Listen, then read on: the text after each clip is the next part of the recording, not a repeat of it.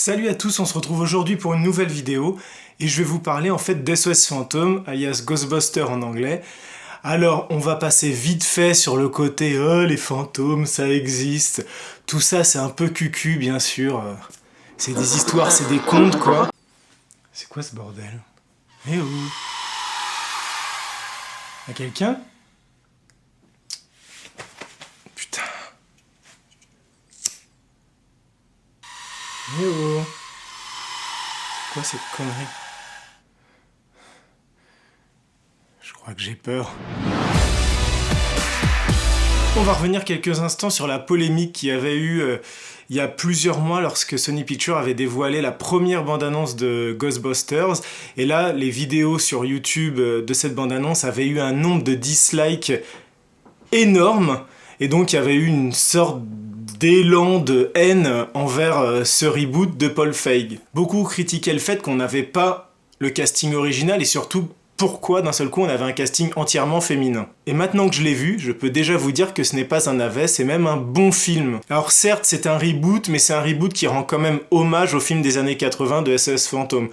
Alors pourquoi? Déjà il y a énormément de caméos, je vous en dirai pas plus, mais il y a beaucoup de gens connus et de personnes des premiers Ghostbusters qui font des apparitions dans le film et c'est jouissif, c'est toujours bien placé, ça nous fait rire, on s'y attend jamais et donc rien que ça c'est génial. Après bien sûr on retrouve aussi les costumes, les armes, la voiture, on retrouve les fantômes, dont certains fantômes très emblématiques de Ghostbusters et puis il y a toujours cette musique. Alors certes, dans cette version 2016 elle est un peu remixée, un peu remise au goût du jour. Et en plus, parlons-en de cette équipe féminine, je l'ai trouvée géniale.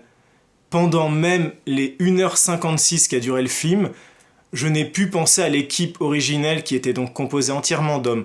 Je trouve que cette équipe fonctionne très bien, il y a une vraie amitié, on sent une vraie amitié entre les actrices et donc en fait on rigole beaucoup. Parce que Ghostbusters, avant d'être un film sur les fantômes avec beaucoup d'action, c'est aussi un film drôle, avec de bonnes blagues et là-dessus les actrices, vous réservent de bonnes barres de rire. Contrairement à ce que je pouvais penser, toutes les blagues du film ne reposent pas sur le personnage de Melissa McCarthy.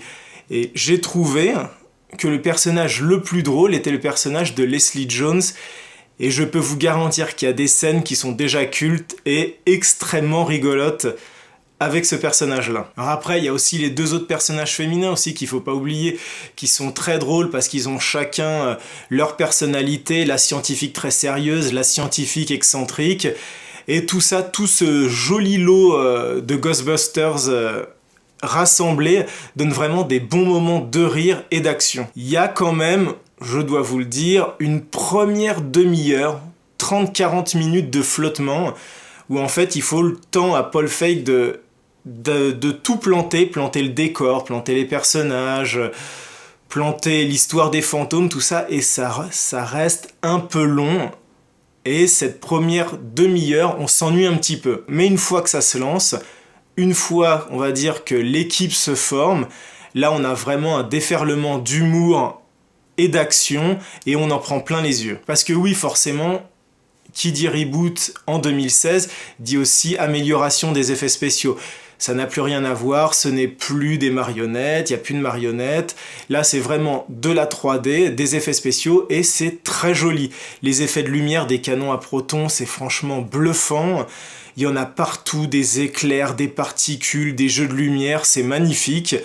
Et ça rend les scènes d'action beaucoup plus explosives, et c'est très jouissif. Alors j'ai oublié d'en parler, mais il y a aussi Chris Hemsworth, qui joue ici Kevin le standardiste, et c'est très drôle.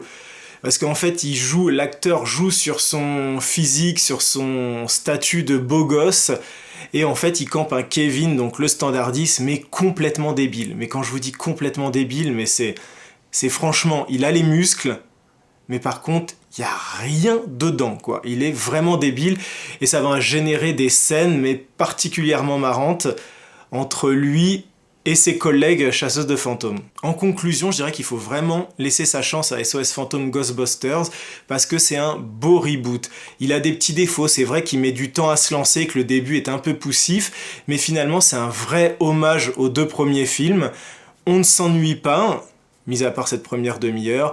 Les scènes d'action sont franchement spectaculaires, les fantômes aussi, le rendu graphique, les effets spéciaux, le casting, cette équipe de filles est franchement sans sas. Elles sont géniales et surtout on se marre beaucoup. Il y a de bonnes scènes d'humour et franchement vous allez vous éclater. Et en plus à ça, si on ajoute une bande son comme il y a dans le film, vous ne pouvez pas passer un mauvais moment. Alors le 10 août, n'hésitez pas, foncez au cinéma. Et comme on dit, who you gonna call? Ghostbusters. Voilà, si vous avez aimé cette vidéo, n'hésitez pas. Laissez-moi un commentaire si vous avez des questions, abonnez-vous à la chaîne, partagez-la, plus vous serez nombreux, je vous promets, et plus je ferai de vidéos. En attendant, je vous dis à très bientôt pour un nouveau film. Et surtout, on se retrouve bientôt aussi sur les réseaux sociaux, Twitter, sur le site et sur Facebook. Allez, ciao et bon film.